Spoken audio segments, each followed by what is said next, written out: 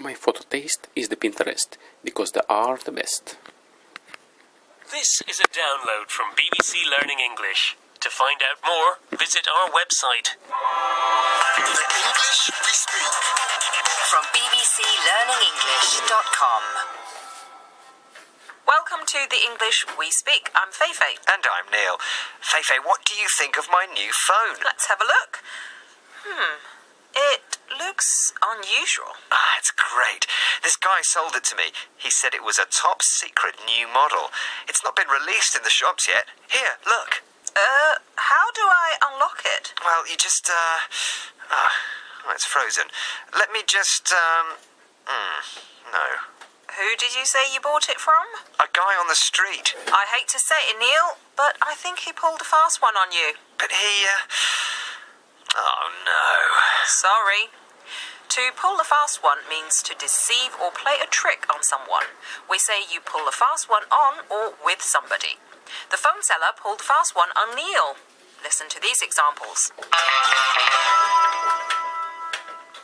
The shopkeeper tried to pull a fast one on me. He gave me a £5 note as change instead of a £20 note. Don't you try and pull a fast one with me. I know you're not really sick. Get back to work. So, that's it. All that money wasted. What an idiot.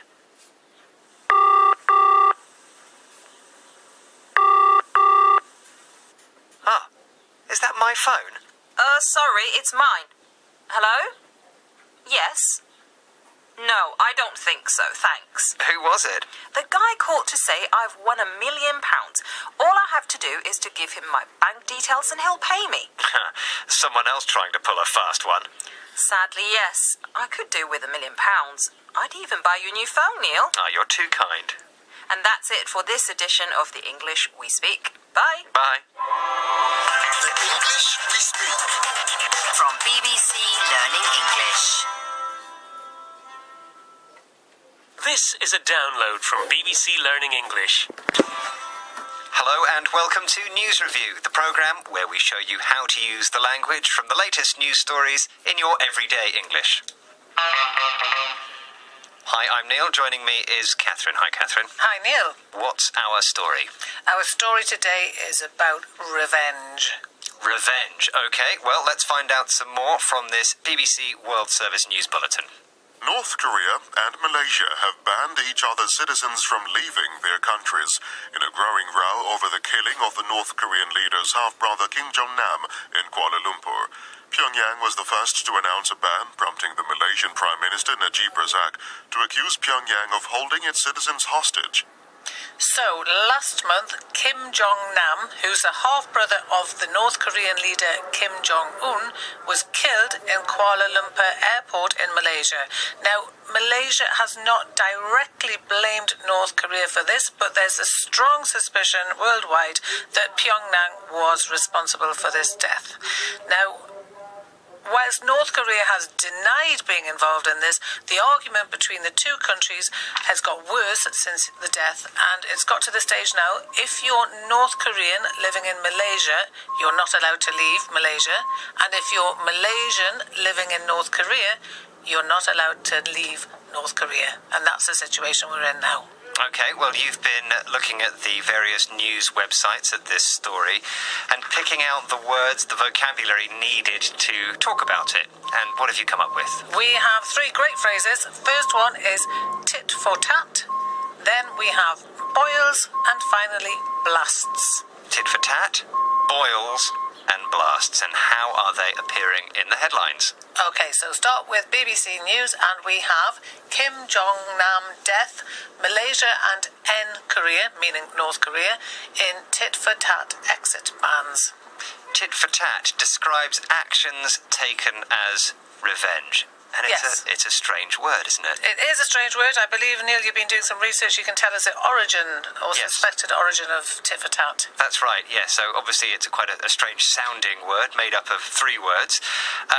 The origin may be tip for tap. Now, these are two different ways of hitting someone. So, Yeah. in effect, it's a hit for a hit. Yeah, so I hit you, you hit me, Yeah. tip, tap, tit for tat, equal. Yes, and that's become tit for tat. Yeah.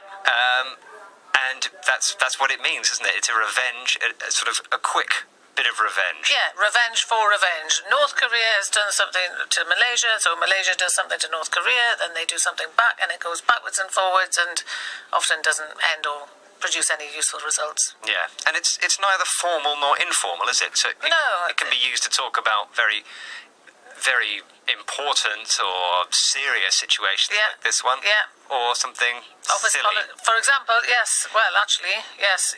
You stole some biscuits off my desk the other day, Neil, and I wasn't very happy about that. No, I did steal some biscuits from your desk, but that's because you stole my coffee. Neil, I didn't steal your coffee. I took some coffee from your desk because you took some coffee from my desk the day before. I don't think that's possible because there would be no point in me in stealing your coffee because I have nothing to drink it from because you stole my mug. Neil, I didn't steal your mug. You broke my mug, so I had to use your mug, Neil. This is all very tit for tat, isn't it? Well, I'm going to get you. Yes. Believe me, I'll get you back. And that is the explanation of tit for tat. Yeah.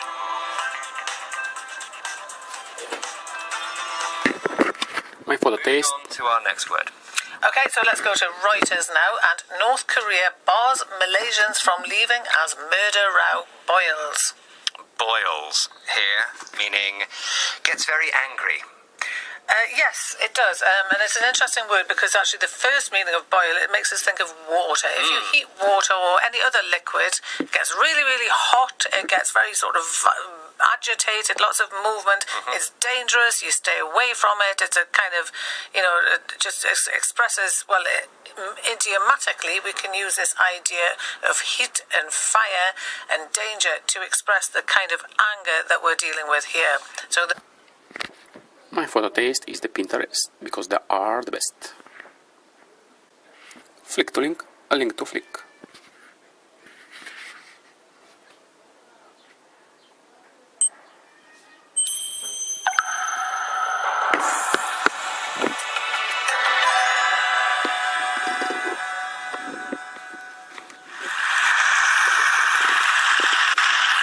A história que eu vos quero contar começou para mim em 1996, quando eu estava a estudar em Inglaterra.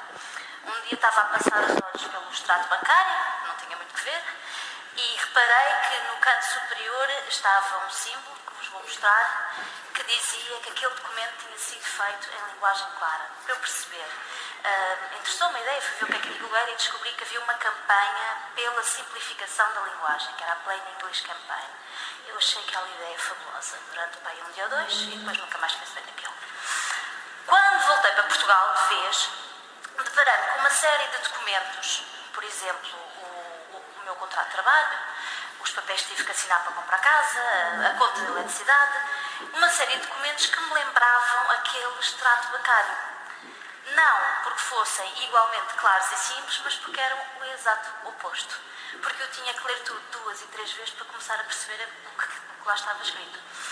E então, a tal sementinha que tinha sido plantada em 1996 começou a germinar. E eu um dia dei por mim a entrar pelo gabinete do meu chefe e a despedir-me para me dedicar a isto. E então o que é que eu descobri logo de início? Descobri que o problema era muito mais grave do que aquilo que eu pensava. Não era só estes documentos serem complexos e irritantes, era o facto da literacia dos portugueses, que é a literacia, a capacidade de perceber os documentos escritos, ser muitíssimo baixa. Eu vou mostrar-vos um quadro sobre a literacia dos portugueses. Vocês sabem que cerca de 10, 11% das pessoas em Portugal não sabem ler nem escrever todo ainda. Ali estão os que sabem, ou que dizem que sabem ler e escrever. Então o que é que nós temos? Temos aquele grupo de pessoas encarnadas que estão no nível 1, que é o mais baixo de literacia. São pessoas que conseguem juntar as letras, mas que não conseguem de facto perceber. Por exemplo, se uma pessoa daquelas encarnadas tiver que pegar na bula do medicamento para dar uma dose de medicamento ao filho, não consegue perceber a informação. 50% dos portugueses. Depois temos mais 30%, que são aqueles amarelos que estão ali, são as pessoas que se safam no dia a dia. Ou seja, se não tiverem ali nada muito novo ou muito diferente, vão andando. Mas, por exemplo, se trabalharem numa fábrica e chega uma máquina nova e eles têm de ler o manual da máquina para conseguir trabalhar com ela, já não conseguem. E ali vão 80% dos portugueses. Depois temos mais uns quantos que conseguem lidar com documentos desde que não sejam muito complexos e temos 5% da população que consegue lidar com documentos realmente complexos. Agora, só para vocês não acharem que isto é normal, aquilo ali é a Suécia. Enquanto nós temos 20% de pessoas que têm a literacia considerada essencial para o dia-a-dia, a Suécia tem 75%. E olhando para aquilo, o que é que eu percebi? Percebi que nós vivemos num apartheid da informação. Percebi que há uma minoria pequenina de pessoas que têm de facto acesso à informação e pode usá-la para o seu proveito e uma larguíssima maioria que não consegue. E porque não consegue, está excluída e é prejudicada. Deixem dar-vos um exemplo. Aquele é o Sr. Domingos, é o porteiro lá do prédio. O Sr. Domingos começou a ler aos 27 anos, portanto cai ali naquele grupo dos amarelos que vimos há pouco. Volta e meia eu vou chegar e eu digo: "Oh, Mina Sandra", diga Sr. Domingos, dá aqui uma cartinha. Então é assim, quando o Sr. Domingos ou alguém da família ou lá da rua recebe alguma coisa que não percebe, vem ter comigo e eu ajudo a traduzir. E então naquela vez ele disse-me assim: "Oh, menina Sandra, eu estou quase a deitar isto fora, mas veja lá se isto é importante." Era muito importante. Ele tinha estado já há algum tempo à espera de fazer uma operação ao joelho. Aquilo era a carta dos famosos cheques de cirurgia. Quando a pessoa está há muito tempo à espera, recebe um cheque e com aquele cheque pode ir fazer a operação ao privado. Teve quase ir para o lixo a carta do Sr. Domingos. Naquele mesmo ano, descobri eu, apenas 20% das pessoas tinham utilizado os cheques de cirurgia. Os outros 80%, eu não acredito que tenham ficado curados enquanto estiveram à espera. O mais provável é que fizeram o mesmo com o Sr. Domingos. Que é isto? Não estou a perceber. Vai para o lixo. Perderam a oportunidade de fazer a operação que necessitavam.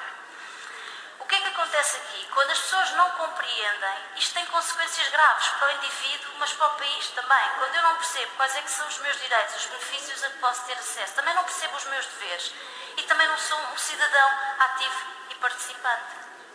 Agora, se calhar vocês estão aí sentados e estão a pensar: mas coitado, Sr. Domingos, azar, não é? Eu sou dos verdes. Eu tenho a certezinha que sou dos verdes. Eu fui escrito para vir ao TED. Então é assim, eu tenho aqui uns textos para vos ler e eu vou ver de cor é que vocês estão quando eu acabar de ler.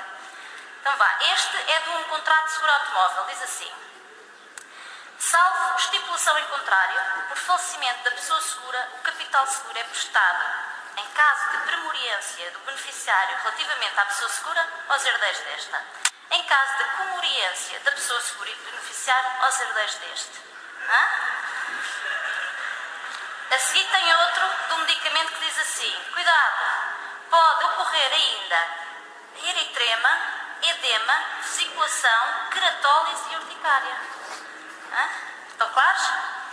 E este é muito bom. Este assinei um contrato para o escritório novo na sexta-feira e fartei-me de rir. Então dizia assim: eu, como fiadora, assumo o pagamento tempestivo das rendas, renunciando aos benefícios da divisão e da execução prévia. Eu, quando ouvi isto, o pagamento tempestivo, imaginei-me entrar por ali adentro, bater para o quarto e dizer: está aqui o dinheiro! Mas não é? Não é? Então é assim, quando nós saímos da nossa área de especialidade, e basta afastar-nos um bocadinho, não é preciso irmos às teorias das cordas, nada, basta afastar-nos um bocadinho. O que é que acontece? Nós ficamos tão às escuras como o Sr. Domingos. E estes documentos não são documentos escritos por peritos para peritos, como são os tais da teoria das cordas. Não, são documentos escritos para mim. São os tais documentos públicos. São os documentos que eu preciso de perceber no dia-a-dia para me governar, para viver a minha vida. São os contratos de arrendamento, são as bulas dos medicamentos. É tudo isto, as contas de eletricidade. Isto tem de ser claro para eu conseguir perceber. Porque se eu não conseguir perceber, o que é que acontece? Eu cometo erros. Eu engano. Vou-vos dar um exemplo de erros que foram cometidos, más decisões cometidas por não se conseguirem perceber os documentos. Vocês lembram-se da crise do subprime que aconteceu nos Estados Unidos? O que é que aconteceu? As pessoas assinavam aqueles pedidos de empréstimo para a compra de habitação sem perceber de facto o que estavam a assinar. Porque se eles soubessem o que estavam a assinar, sabiam que assim que as taxas de juros começassem a subir, a prestação mensal vinha por aí acima, eles deixavam de ser capazes de pagar e ficavam sem casa. Portanto, o resto depois a seguir vem tudo por aí baixo e é aquilo que nós sabemos. Vocês acham que se houvesse no setor financeiro uma cultura de clareza, as coisas tinham chegado onde chegaram? Eu acho que não. Então é assim, como é que se resolve este problema, esta diferença tão grande entre a literacia dos portugueses que está aqui em baixo e a complexidade dos documentos públicos, os tais que precisamos perceber no dia-a-dia, que estão aqui em cima? Então é assim, a primeira coisa que nos salta à vista é, então, se a literacia está aqui em baixo, vamos fazê-la subir, não é? Vamos educar as pessoas. Vamos, claro que sim, claro que vamos educar as pessoas, só que é difícil e é lento. Eu nem quero imaginar quantas gerações é que isto vai demorar até nós estarmos ao nível da Suécia. Mas depois não é só porque é lento, há outro problema. Se a linguagem dos documentos não for mais simples, nós já vimos que pessoas, mesmo com um nível de literacia elevado, como vocês, se a linguagem for difícil, não ficam resolvidos, continuam-se a ser capazes de perceber estes documentos. Portanto, além de aumentar a literacia, e para já é muito mais importante reduzir a complexidade dos documentos e simplificar a linguagem. Eu vou mostrar-vos um exemplo. Quando eu falo simplificar a linguagem, reparem, o lado esquerdo de um contrato fica convencionado que a seguradora... Isto é um exemplo de antes e depois. O que é que nós queremos dizer com simplificar a linguagem? É comunicar de uma forma simples e clara que o nosso leitor perceba à primeira. O que é que prefere, o antes ou o depois? Não há muita dúvida, pois não? Então como é que isto se consegue? Como é que se consegue que o Estado e as empresas comuniquem com os cidadãos numa linguagem que eles percebem à primeira? Há vários caminhos. Há países que estão aí pelo caminho da legislação. Por exemplo, a Suécia e os Estados Unidos introduziram o ano passado legislação que obriga o Estado a comunicar com as pessoas em linguagem que eles percebam. E vocês pensam, é normal, são países que estão um bocadinho à frente. A Suécia, se calhar muito mais que os Estados Unidos, mas são países que estão um bocadinho à frente. Era bom que o nosso país também houvesse legislação nesse sentido, não era? Pois era.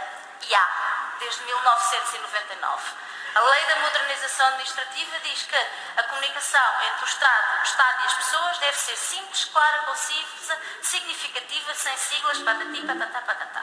Só que não se aplica. Portanto, a questão, o caminho de ir pela legislação, obrigar através da legislação, funciona naqueles países onde as leis são feitas para ser aplicadas. Agora, há outro caminho. Há o caminho do marketing. E como é que isso funciona? É assim, as empresas privadas mudam a linguagem, comunicam de uma forma mais simples, fazem um grande alarido à volta disso. Flick to link to flick.